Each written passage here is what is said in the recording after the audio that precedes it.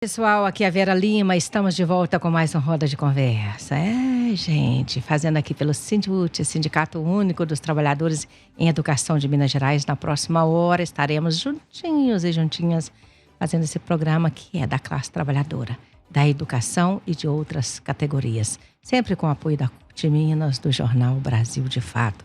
Vamos começar? E hoje nós estamos recebendo a nossa querida Marcele Amador, diretora estadual do Sindiut e coordenadora do Departamento de Comunicação. Sempre na luta, né, Marcele? Você não para.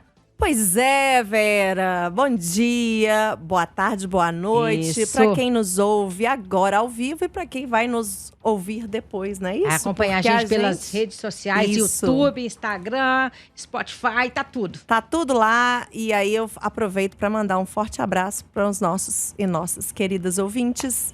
E estamos aí mais uma vez, mais um programa aqui, roda de conversa.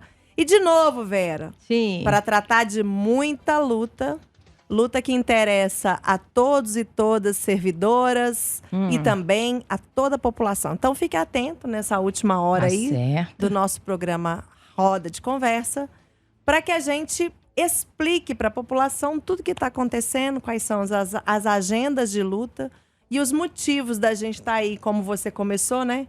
Sim. Sempre na luta. E hoje a gente tem uma convidada especial, né? Uma pessoa muito especial. Antes de apresentá-la, tem gente que está ouvindo a gente pela primeira vez, né? Então a gente não pode ter o costume de falar como se todos e todas nos conhecessem. Eu sou a Marcele Amador, sou professora de História, mãe, moradora da periferia de Belo Horizonte e estou diretora, né, da coordenação também da comunicação do Sindiut MG. E hoje a gente tem aí uma companheira muito aguerrida que está sempre com a gente aí na luta, que é a nossa querida Núbia Dias. Será que a gente é parente, Núbia? Porque eu sou Marcele Amador Dias. Aí, às vezes somos família e não sabemos. Se apresenta para nós, Núbia. Bom dia, boa noite, boa tarde, né, para todos os ouvintes, né?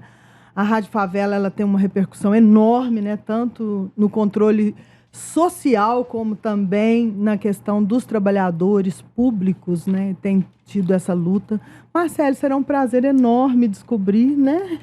que temos algum parentesco dias, né? Porque os nossos dias têm sido de luta, fáceis, né? Né, Vera? Nossa, a gente tem sofrido ataques, né, cotidianos e na luta, na resistência para manter os serviços públicos de saúde em funcionamento para a sociedade, né?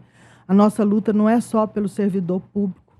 A nossa luta é porque sem o servidor público nós não temos políticas públicas, nós não temos serviços públicos de saúde. Exatamente. E o sistema estadual de saúde, ele se mostrou, né, muito além de qualquer política, muito além de qualquer desajuste. A sociedade sentiu isso, sentiu o que é no processo pandêmico. E com essa reforma agora, eu queria alertar, né, muito que nós podemos ter um risco enorme de destruição do serviço público de saúde. Mas por quê? Né? Essa reforma é o pagamento de uma dívida, não é isso que eles falam? Nós vamos explicar direitinho aqui hoje, Núbia, porque as pessoas elas precisam entender o porquê dessa luta que está sendo travada, né?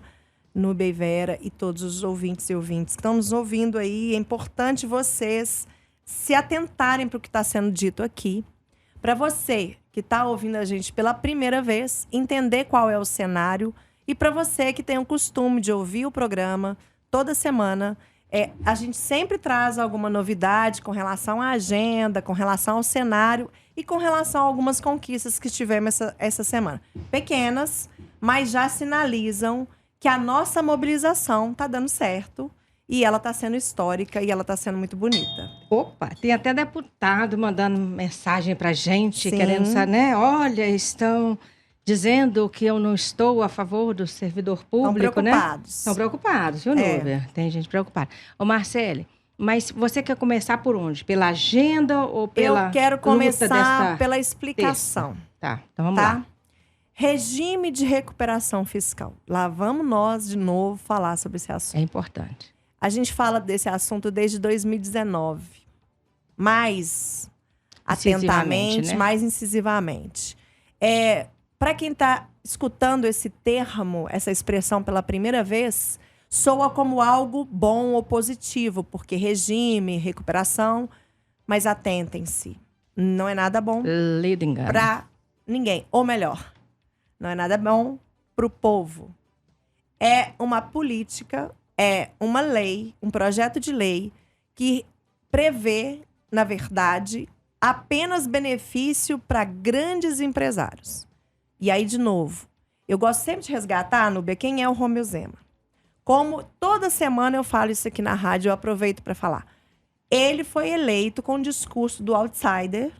Parece, né, uma coisa bacana, em inglês, né? Outsider quer dizer o quê? De fora do sistema. O novo que E o partido dele, Partido Novo, que de novo não tem nada, né? Sim. É só uma tentativa de mascarar as intenções. Quem é Romeu Zema? Um grande empresário. Ele já nasce nessa estrutura. E ele governa como um grande empresário. Mas não em benefício da população. Ele governa como um grande empresário para favorecer os grandes empresários. Então, vamos explicar rapidinho o que é o regime de recuperação fiscal. É uma proposta, tem uma dívida. Vamos lá. Minas tem uma dívida extremamente questionável. Primeiro ponto, a gente precisa estudar a fundo essa dívida. A gente já começou a fazer grandes debates. Cada sindicato, e a gente vai falar da frente, fez o estudo sobre essa dívida. Ela é muito questionável, mas, enfim, a dívida existe. Ela está de 160 bilhões. É uma dívida com o governo federal. O que esse projeto do Zema prevê? Que Minas fique sem pagar 9 anos essa dívida. Parece até interessante, assim, né? Sim. Só se essa dívida desaparecesse. Detalhe, ela não vai desaparecer. É uma dívida que ela vai continuar crescendo. Ela passa de 160 bilhões para 210 bilhões. Ou seja, é uma dívida que aumenta. É uma dívida que vai ficar para nós, para o povo mineiro. Porque daqui a 9 anos, Romeu Zema não é mais o governador de Minas. Ele não é mais o gestor. Só que, detalhe, pessoas que nos ouvem. Além disso tudo, da dívida prejudicar a população de Minas Gerais, daqui a 9 anos, essa dívida, para ele entrar nesse plano, ele tem que passar por alguns requisitos. E um deles são 9 anos sem reajuste de salário. E aí eu vou concluindo aqui rápido, porque sem concurso. E aí, sem concurso, gente, isso significa o quê? É abrir o leque para precarização dos trabalhos e para privatização. Sem dúvida. Esse é o projeto. Sim. Tá? E 9 anos, lá tá falando que vai ter uma recomposição, né, Núbia? De 3% durante esses 9 anos. 2, né? Só que a gente sabe, a gente já fez as contas, já provou que isso não vai recompor o salário. Né? Imagina 3% em cima do salário mínimo hoje. 3%. E lá, exatamente nada. E assim, as coisas só aumentam. Teve um aumento dos impostos agora, também que foi uma lei criada pelo Romeu Zema, daquilo que ele chama de supérfluo, que não é supérfluo. E essa lei, ela só entra, ela já foi homologada, sim, né? Mas ela só entra em vigor a partir do ano que vem. Só que as coisas já aumentaram. Os produtos previstos nessa lei já aumentaram. E aí você pensa, todo ano tudo aumenta e a gente, nós, trabalhadores e trabalhadoras do serviço público, não vamos ter esse reajuste. E também está previsto que a gente vai ter nossas carreiras congeladas. Ah, não tá isso, não vai ser assim, não. Gente, na lei está escrito isso. Sim. Então, por mais que um secretário vá lá em uma audiência pública falar que não é isso, mas está escrito. Sim. É isso sim. Né? Então, é isso. E aí, Núbia, é importante a gente conversar aqui, e é por isso que você está aqui hoje, por 2 motivos. Primeiro, porque a gente precisa provar que esse regime de recuperação fiscal, quando ele é proposto, ele não vai prejudicar apenas a vida do trabalhador e da trabalhadora do serviço público, dos servidores. Porque, pensa, existe uma lógica. Se você precariza a vida funcional do servidor e da servidora, automaticamente você tem uma precarização do atendimento. Então, você já está afetando a população. Isso é um ponto. E, de novo, como eu disse, quando você adia o pagamento de uma dívida que vai ficar para a população daqui a 9 anos. E está previsto também, gente, um teto de gastos. Então, a gente vai ter menos investimentos em educação, em saúde, em segurança. Então, ou seja, é trágico para a população. E aí, Núbia, isso é um resumo. Acho que deu para resumir bem o que é o regime. A gente vem aqui na rádio toda semana. Esse programa, ele está muito atento a dizer isso para as pessoas, da importância do serviço público para as pessoas. Com certeza. E é isso que as pessoas precisam entender.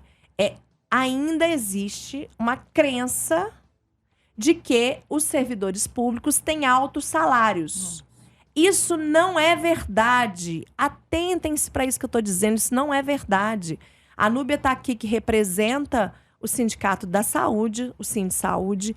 Eu represento a educação. Mas nós duas, e também a Vera, que trabalha com a comunicação, a gente está aqui representando a Frente Mineira em defesa dos serviços públicos. Então, antes da gente contar o que aconteceu semana passada e de qual é a agenda, Núbia, nos fale da importância do serviço público. Por exemplo, o SUS. Sim, do lugar onde você está. Isso. Né?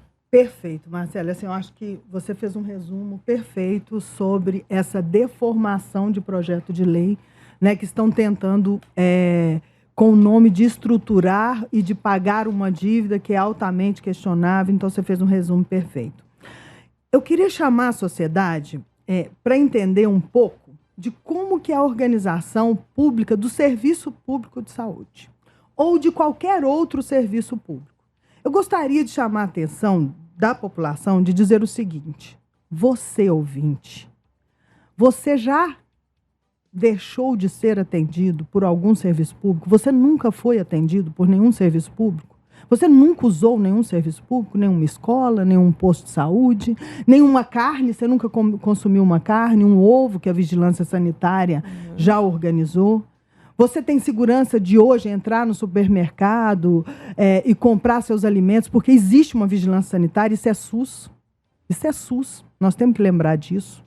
Né? Hoje você tem segurança de transitar e abraçar um amigo, porque nós temos vacina. Isso é SUS. A vacinação está aí.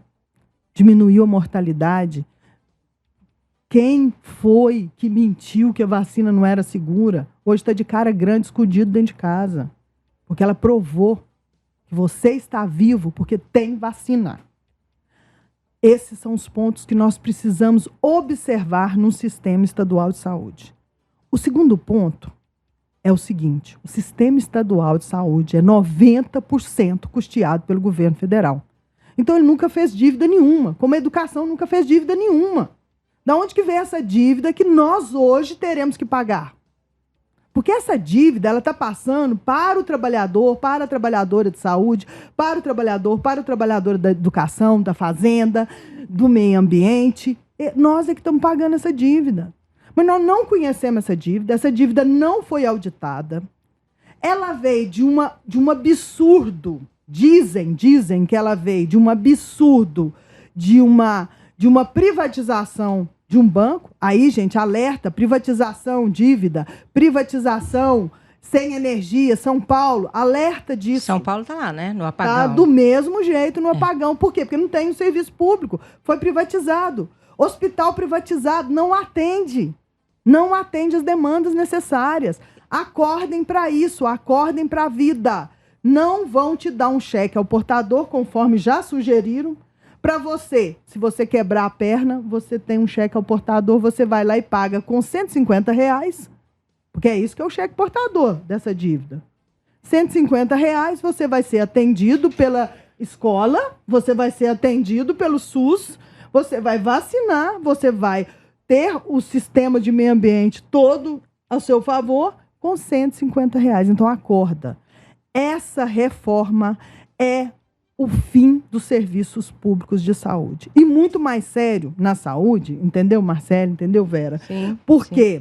Porque quando você entra na estrutura do Sistema Único de Saúde, quando você diz o seguinte: olha, os hospitais da FHEMIG serão organizados por organizações sociais.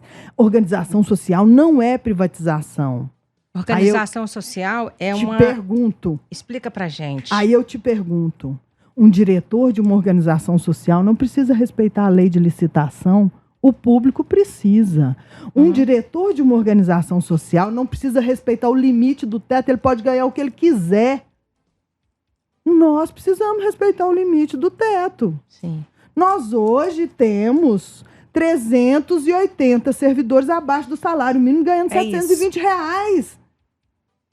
E cuidando de um sistema único e desenvolvendo políticas. E sendo fiscal de contratos de 4 bilhões. O governador aumentou seu próprio salário com a justificativa do equilíbrio dos 3 poderes.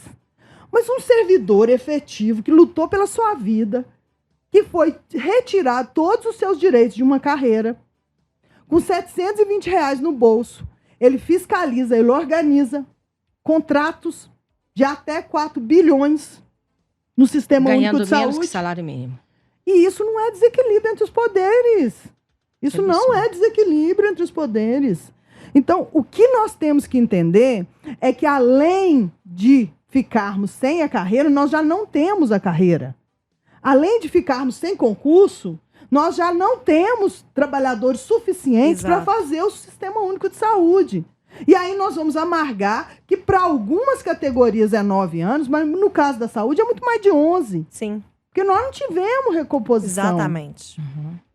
Então, qual é o médico, qual é a enfermeira que vai ficar dentro do Sistema Único de Saúde, que capenga para pagar o piso da enfermagem, que todo dia arruma desculpa para esse piso não sair dentro do contra-cheque do enfermeiro, da enfermeira? Qual médico que vai ficar apanhando nas unidades de saúde, sem controle, sem a segurança pública estar lá dando apoio para ele prestar o serviço dele à sociedade? Que a segurança também está precarizada. Então é muito, muito, muito grave, sabe, Marcela? Sim. Dentro do Sistema Único de Saúde, como todos os sistemas que nós temos de políticas públicas, é gravíssima essa reforma. E ela não traz nenhum benefício para a sociedade, nenhum benefício para os cofres públicos, a não ser para o governador que não vai pagar a dívida. Exatamente.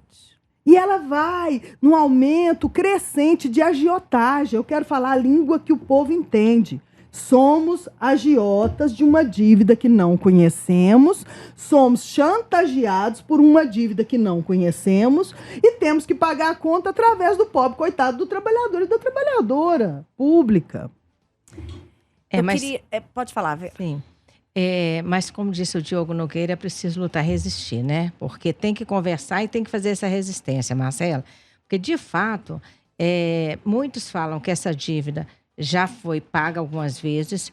Outros falam que, já tem dados, inclusive do DIEESE, que parando de pagar os 160 milhões, daqui a 9 anos são 230 bilhões, ou seja, a dívida vai só aumentar. E para onde que o dinheiro que vai deixar de ser investido, pago essa dívida, para onde que ele vai, Marcela? E tem outras perguntas a serem feitas e que são muito importantes quando a gente fala de valores, né?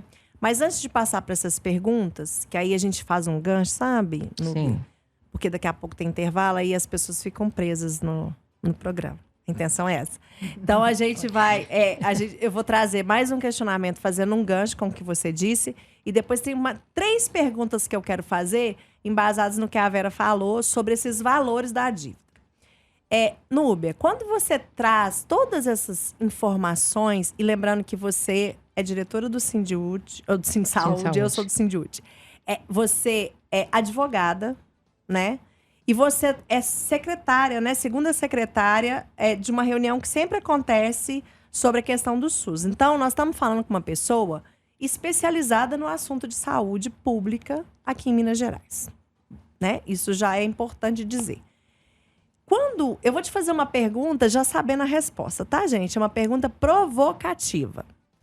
Quando você traz todos esses fatores, esses elementos, você acha que existe um projeto para precarizar a saúde pública para se tornar privada? Mas tá muito claro isso, né? No início, e eu acho que a gente precisa deixar bem claro que até a sociedade confundiu um pouco de falar que novo ia ser diferente, Sim. né? Ia trazer algo diferente. O não político, né? Então, todo mundo embarcou nisso. E até vários servidores públicos embarcaram nesse processo. E o que nós tivemos de resultado? Nós tivemos de resultado um Estado sem planejamento nenhum, sem organização nenhuma. Que diz que é eficiente. Nenhuma.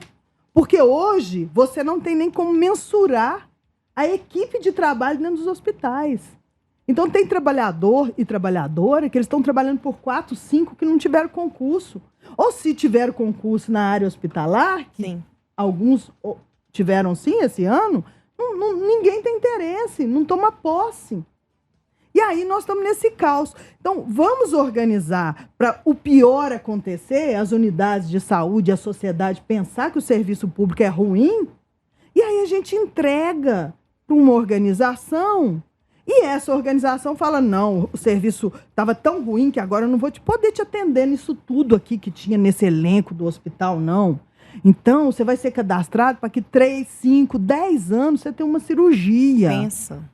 E aí você aumenta a mortalidade do Estado e eles falam o seguinte, não, isso é culpa do antigo serviço público que estava ruim. Gente, é só vocês ouvirem o noticiário, por exemplo, da energia elétrica de São Paulo. Foi exatamente isso. O gestor público e o gestor privado, em constante debate, e nenhum dos dois resolvia um problema e sabia de onde que era. Um julgava para cima do outro, o outro julgava para cima desse.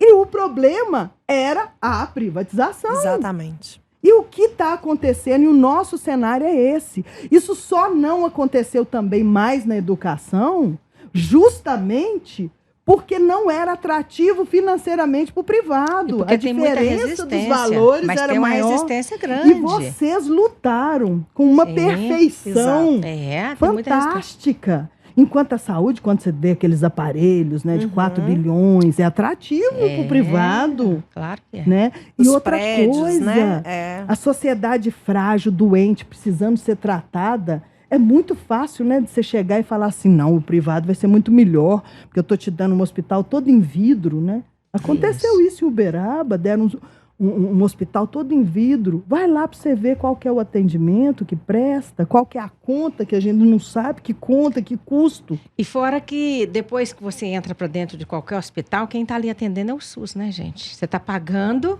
para ter uma consulta privada. Ah, mas se você precisou fazer uma endoscopia, uma colonoscopia, você vai entrar, quem te atende ali é o SUS, porque aqueles equipamentos, aquela água filtrada, tudo é do SUS. Tudo comprado pelo SUS. Ou seja, você está pagando lá fora para você ser atendido para dentro do hospital pelo SUS. E olha, eu alerto, vários hospitais privados hoje, que não atendem pelo SUS, foram estruturados e organizados com dinheiro público do SUS. Dinheiro do SUS. Por quê? 90% do recurso do SUS é do governo federal.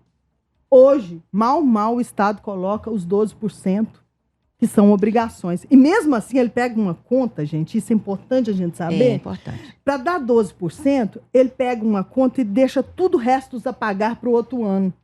Aí, se você soma aquilo, não vai chegar a 12% nunca.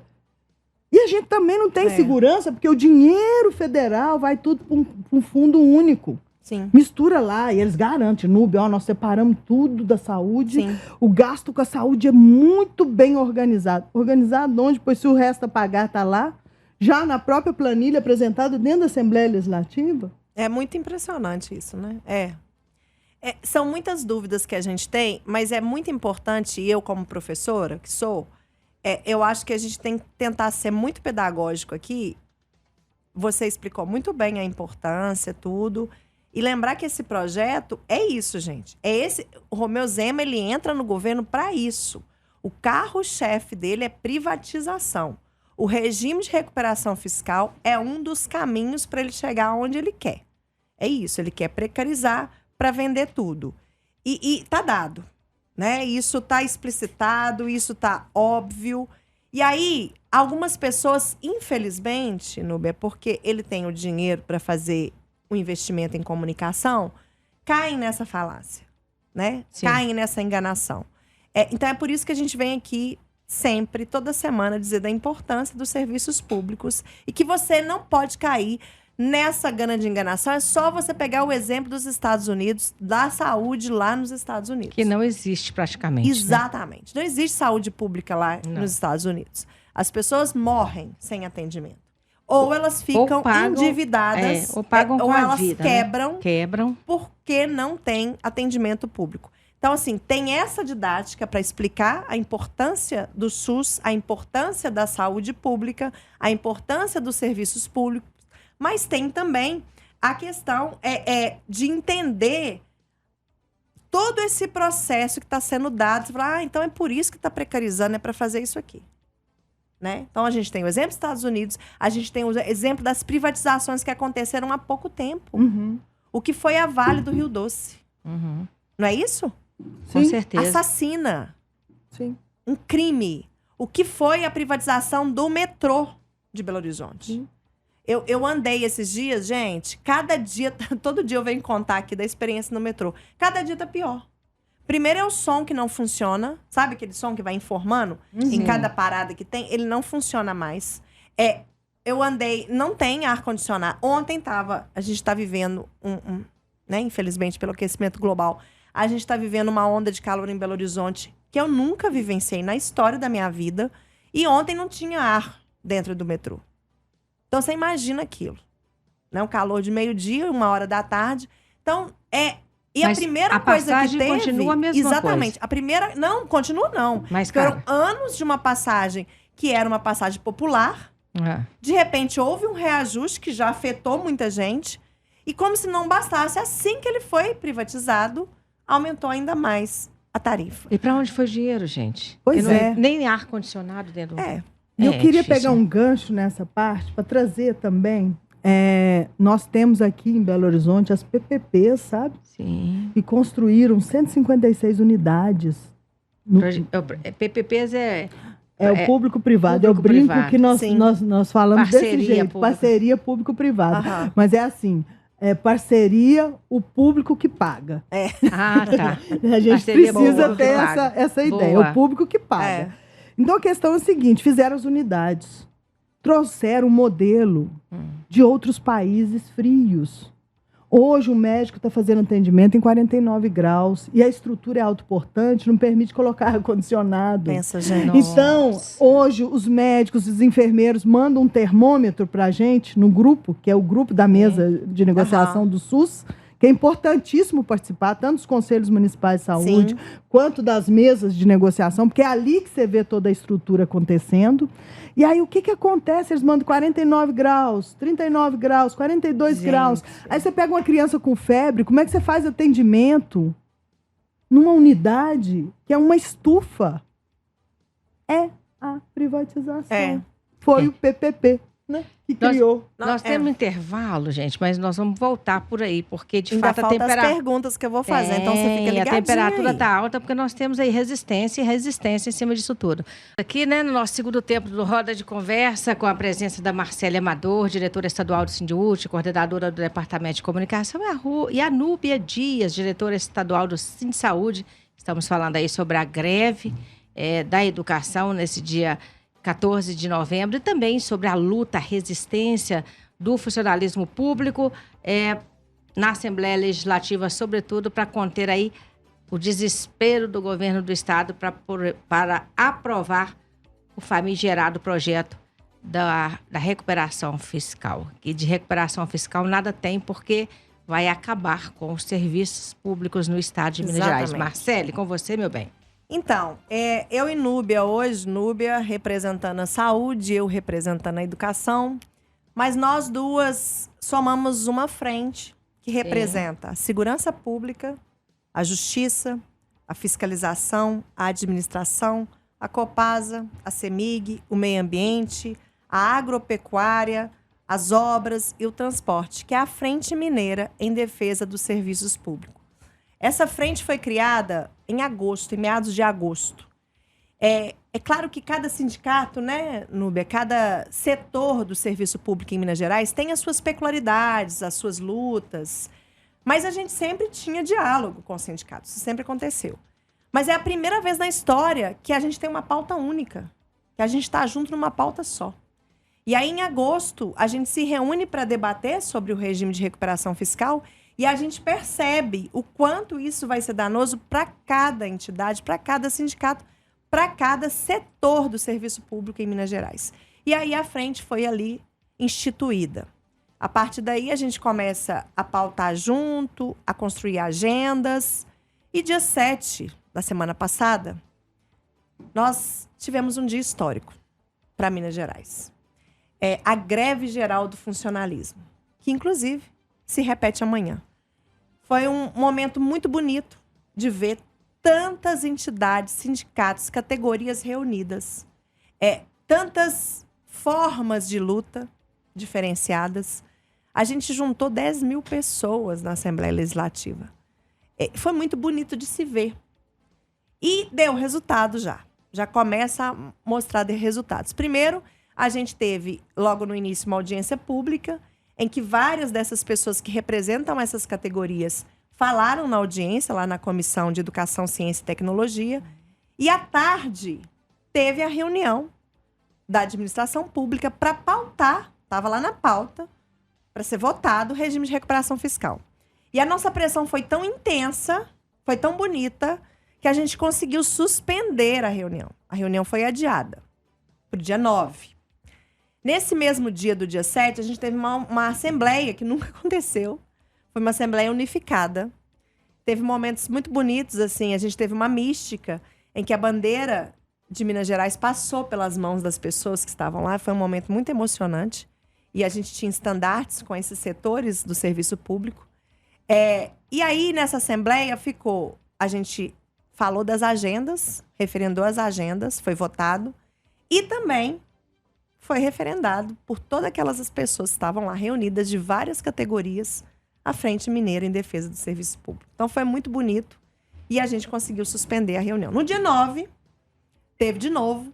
E a gente, de novo, ocupou. Claro que não as 10 mil pessoas, porque não era um dia de paralisação, mas estamos fazendo a ocupação diária da Assembleia Legislativa e pedindo, porque a gente está pedindo. Não tem mais conversa com o Romeu Zema, ele já fez o que tinha que fazer. A nossa conversa agora são com os deputados e deputadas. E a gente está rogando, pedindo socorro a esses deputados e deputadas para que eles votem contra o regime de recuperação fiscal e a nosso favor, a favor da população, a favor dos serviços públicos. E nós estamos mostrando a nossa força e dizendo que se eles votarem, né, contra a população, eles não voltam mais para a Assembleia. É fato, porque a gente vai divulgar todos esses nomes.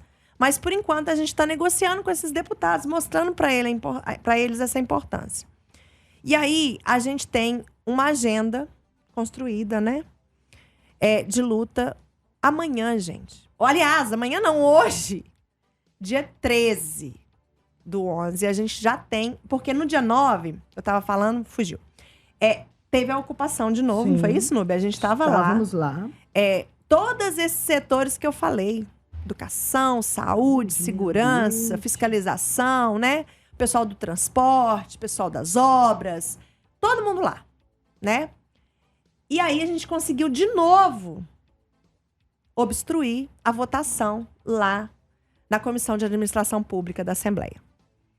A gente conseguiu adiar de novo a reunião, que acontece hoje às 13 horas. Marcelo, só lembrando, né, que já tiveram tentativas, inclusive, de determinados deputados de infringir o regimento interno da Assembleia. Isso Exatamente. É seríssimo, né? Para passar a boiada, gente. E lá, atentos, deputados atentos, conseguiram segurar isso. E com a nossa resistência presente também na Assembleia. Foi exatamente isso que aconteceu. Então, por estarmos extremamente atentos e por, graças a Deus, a gente ter conseguido eleger deputados e deputadas que realmente nos representam. Servidora pública. Exatamente. Esses deputados e essas deputadas do Bloco Democracia e Luta e outros também, a gente não pode esquecer de outros que estão fazendo frente a essa luta contra o regime, eles estão atentos a cada detalhe, a cada segundo, eles estão atentos. E com a nossa ocupação, com a nossa pressão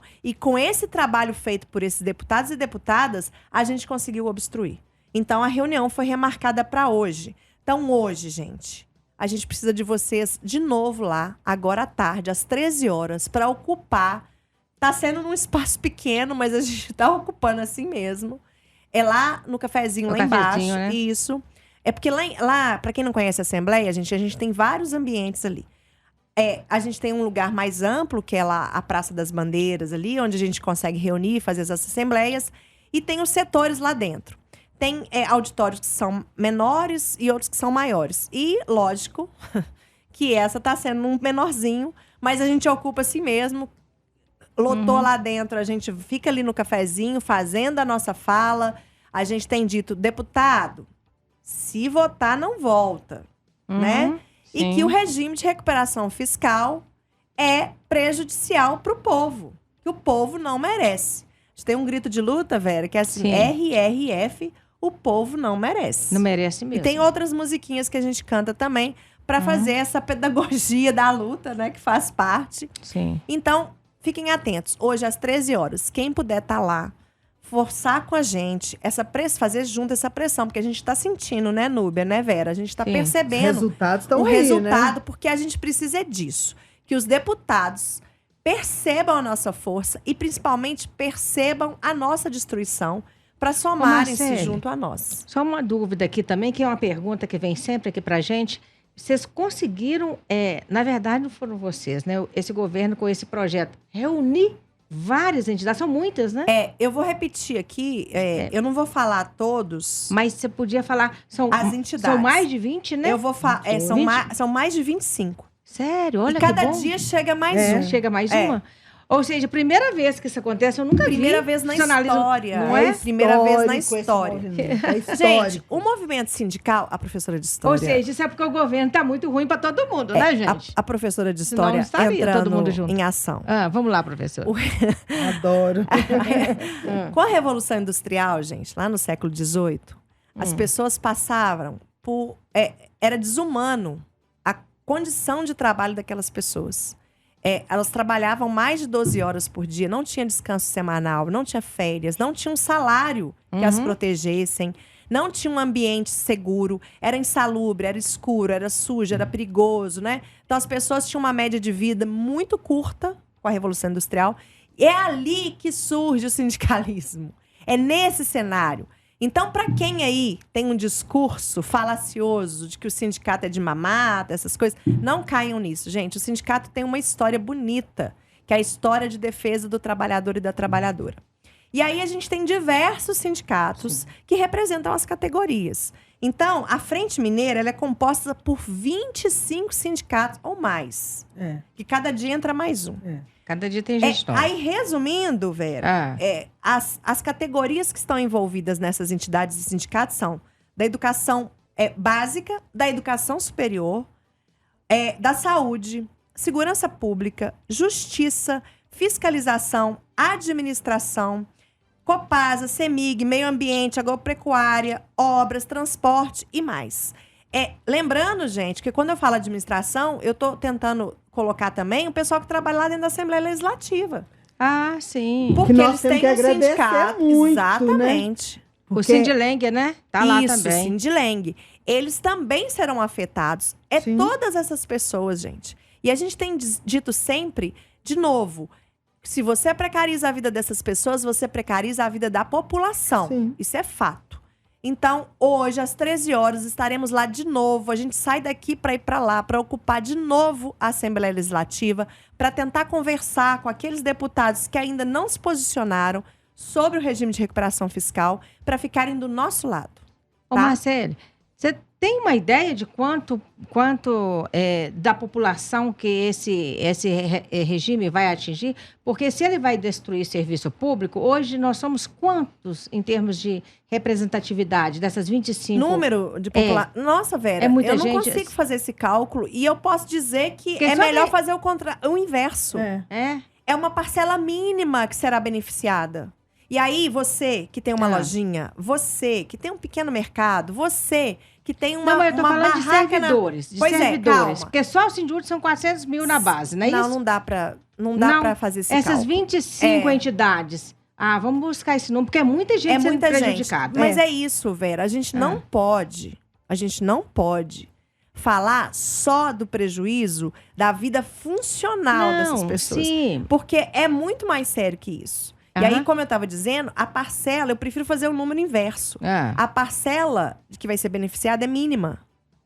São grandes empresários. Então, a pessoa fala assim, não, mas eu sou empresário. Não. Você que tem seu Uber, você não é empresário. Você que tem uma pequena... E eu não estou dizendo isso desmerecendo o seu trabalho ou o seu comércio, não. Você que tem uma pequena loja, você não é grande empresário. Você é micro ou médio empresário. Nós estamos dizendo de grandes empresários. Gente que lucra com... Porque pensa, privatização. A gente tem falado isso muito também, Núbia. A privatização é o quê? É o privado atendendo. E qual é a lógica do privado? Qual é o objetivo? Lucro. Sim, lucro. A gente viu isso em São Paulo. Eles demitiram as pessoas. Então, aí quando acontece um caos como aconteceu, você fala, vou atender quem, né, paga mais, quem tem condições melhores. Sim. E assim vai escolhendo. E aí a grande população fica no déficit, fica na dificuldade. Marcela, a gente precisa também pensar nesse universo de servidores públicos, o tanto que eles impactam economicamente. Sim, né? sim. Porque eles deixam de comprar. Inclusive os pequenos municípios, então, gente. Assim, eu acho que se eu fosse um grande empresário, eu queria serviço público. Claro. Então, assim, a lógica é totalmente inversa. Inclusive para eles. Sim. É impressionante. É de uma ganância, de egoísmo, que vira até bem burro, né? Uma coisa meio... Você imagina, o serviço, por exemplo, de saúde não é para dar lucro. A educação não é para dar lucro. Né? É para formar cidadãos, é para cuidar das pessoas. Sim. Ela tem um objetivo claro, cuidar das pessoas. Né? Nós servimos as pessoas, nós somos servidores, nós servimos as pessoas. Sim. Se isso não é o escopo de um empresário, para que você vai querer pegar o filé mignon do SUS? Para que você vai querer pegar o filé mignon da educação? É isso. Né? Você vai tratar ali 10%, e eu quero chamar a atenção, porque o SUS já foi isso.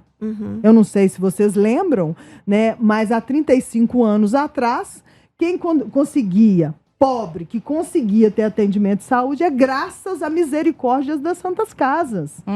Né? Ele tinha que ter uma carteira assinada, e era o INSS, era uma burocracia, e era um grupo mínimo de serviço ofertado. Pra você ter ideia, unidade de saúde era raro. Com relação à educação, é o mesmo processo. A gente teve ganhos e conquistas de atendimento ampliados para as pessoas. E agora que está tudo caminhando, nós vamos destruir essa estrutura?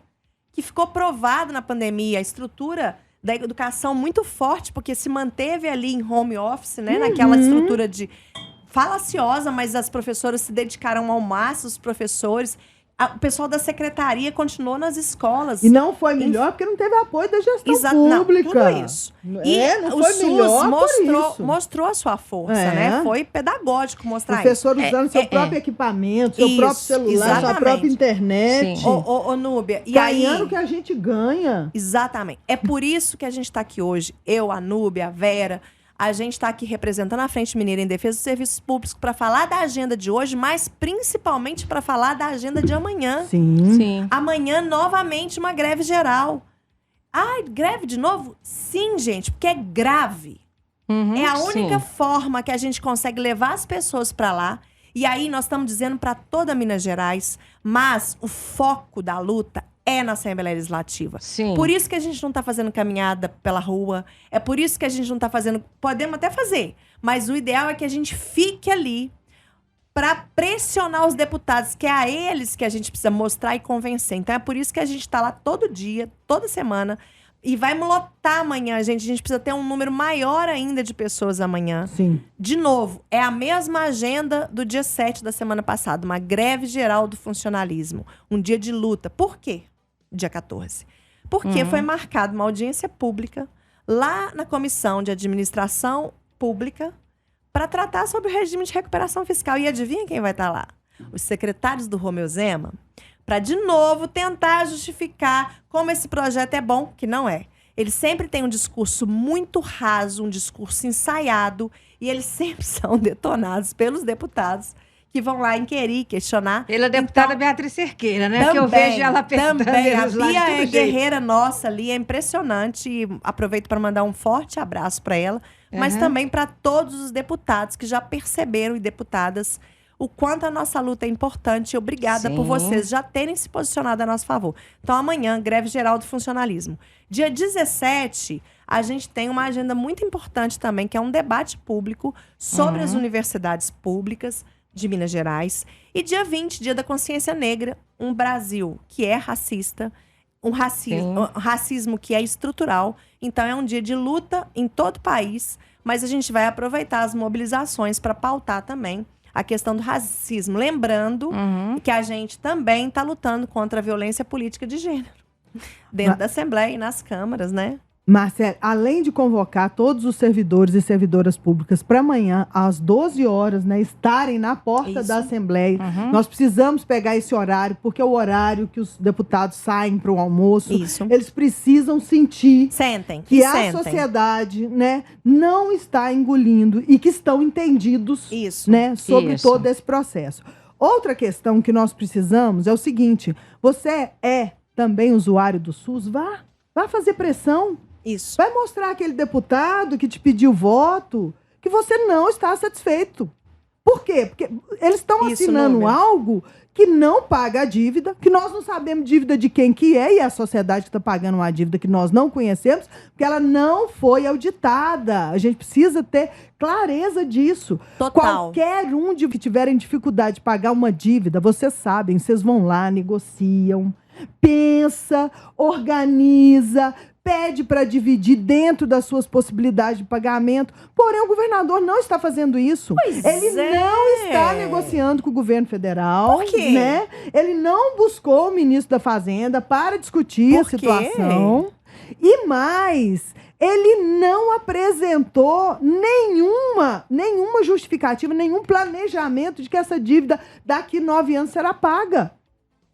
Ou seja, eles estão empurrando, né, um projeto de lei que empurra uma dívida para próximos governos e que nós nem sabemos se devemos essa dívida ainda, ou se ela já foi paga há muito tempo. Né? Lembra da Lei Candir? O que aconteceu? Exato. São essas perguntas que a gente queria fazer lá no primeiro bloco. A Lei Candir, fala pra gente aí, Marcela. Então, porque gente, a Lei Candir poderia resolver o problema, né? Minas iria receber 134 bilhões. Ok? Sim. Dessa Lei Candir. O que o Zema fez? Entrou num acordo com o governo federal. Governo federal que era Bolsonaro. E aí, ele Minas vai deixar de receber 94 bilhões dessa negociação. Minas vai receber 6 bilhões, dividido em 17 anos. Que legal, hein? É um absurdo isso. Que canseiro. Mas o governo diz que se não aceitar esse projeto, Minas vai falir. Vamos lá. Se um governo que diz que tá para quebrar, por que ele fez esse acordo, então? Primeira coisa. E abriu mão de receber 134 bilhões. Por que ele abriu mão de... Ele isentou de impostos a grandes empresas. Localiza aí por que ele fez isso. Então, peraí. Ele está com um discurso de quebradeira. Ele deixou de receber do governo federal 134 bilhões. Ele isentou grandes empresas de impostos. Ele perdoou a dívida de grandes empresas. Então, está incoerente isso. Essas são as perguntas que a gente faz. E, Núbia, muito obrigada por essa pergunta. Por que o Romeu Zema não vai a Brasília, não vai conversar com o Haddad, com o Lula, para negociar essa dívida? A gente sabe a resposta. Porque é um projeto, gente. Ele não quer resolver isso. Ele quer colocar essa conta no colo do serviço público, porque ele quer privatizar tudo. Entenderam a lógica? É muito importante o que você colocou sobre a questão das isenções das locadoras. Né? Vem com esse discurso que as locadoras sairiam de Minas Gerais se elas não tivessem essa isenção. Gente, mas não tem lógica. Prestem bem atenção.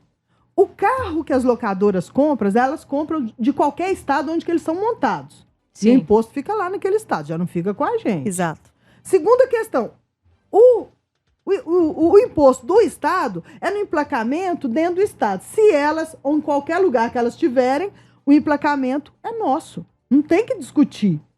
Não tem que ameaçar que vai embora, porque não vai receber esse valor. Porque, de fato, já não recebe. Então, assim, é muito mais justo dizer, olha, eu quero ajudar fulano ou beltrano, do que dizer que não, nós vamos perder tanto.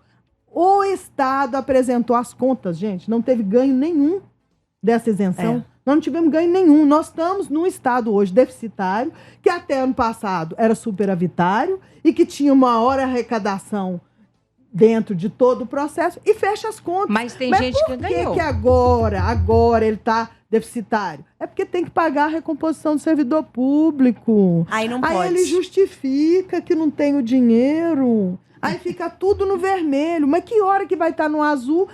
O servidor público também não recebe. E consegue colocar a população contra o serviço público. Consegue sim. Porque esquecem de falar, tem gente que leva o dele, né? Porque também, velho, deixa eu até pegar o número aqui direito. Porque na Lei Candir, os municípios deixaram de receber também. Também, os municípios deixaram de receber. E muito dinheiro. Então, assim, é tudo um jogo, né? É um jogo. E aí, gente, de novo, nós estamos falando para toda Minas Gerais. A precarização. E ele é governador de toda. Ele quem? Romeu Zema, o grande empresário. Ele é governador de todo esse estado. Ele quer precarizar todo o serviço público para tornar tudo privado, para favorecer esses grandes milionários, esses grandes empresários. E o povo que se lasque. É isso. Desculpa a expressão, mas é isso. O povo que se vire. E aí eu fico pensando, sabe, por falar em locadora, vamos usar esse exemplo.